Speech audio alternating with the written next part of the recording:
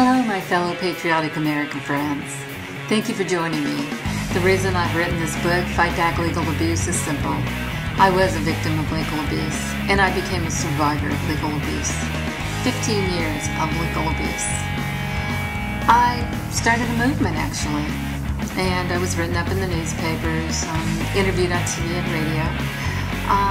I started fighting back against the corruption and the injustices against American citizens, and fighting the legal abuse, as well as exposing unethical lawyers and activists, biased judges, and proposing legislation that was actually implemented. I love America and the American people, and I'm deeply concerned about our disastrous economic debt that this president and the 111th U.S. Congress and Senate are approving. It is going to be unsustainable and in the long term.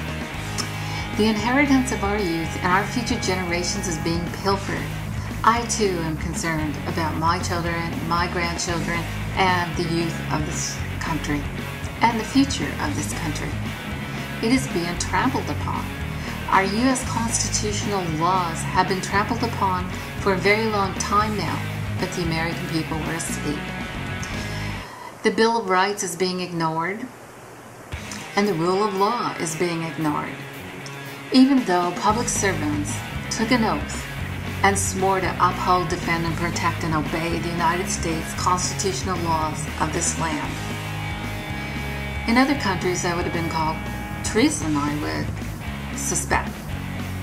But in this country, people are more passive. This is extremely serious, though.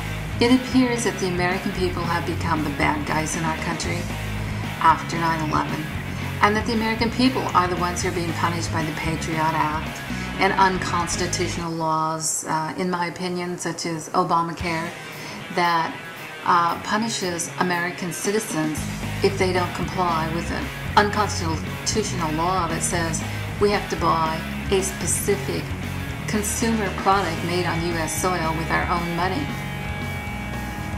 A payment for a consumer product is not a tax.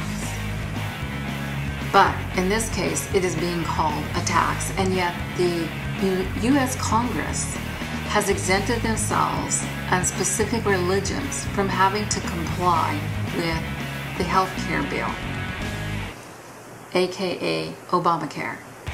How can they exempt themselves from following the rule of law that they created? Of course, they did say they wrote it and never read it. But who believes that? This is extremely serious. It appears that the American people have become the bad guys, like I said, and that we are being nearly strip searched, while the war criminals are treated with kid gloves and not held to the same standard of law that is meant for us.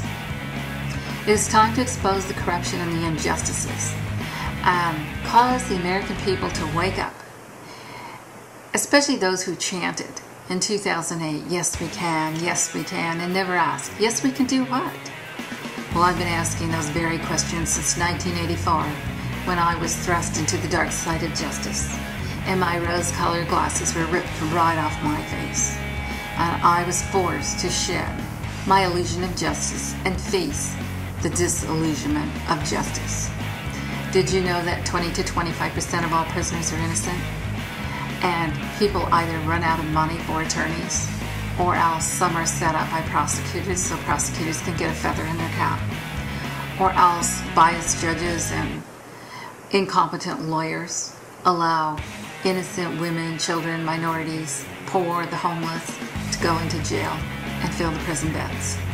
Did you know that under President Clinton there was a study called Human Capital, and the study involved the results of using human beings as human capital based on their age, health, and value to the government? I believe that that's exactly what Obamacare entails. And I believe that people will be denied services, and services will be rationed because the quality of care will be lessened because of the unsustainable costs to the taxpayers. Wake up, America. Get involved with your city, your state, and your national public servants, and stop them trampling on our U.S. constitutional legal rights. This abuse is spreading like cancer throughout our nation, and there is not a cure so far. I hope that every American citizen will get involved with their government now before it's too late and protect our freedom of religion. Judeo-Christians are being arrested on U.S. soil who are U.S. natural-born or legal American citizens because they are standing near a religious group that is non-Christian. Remember, the Judeo-Christian Bible was rooted into our laws and our traditions.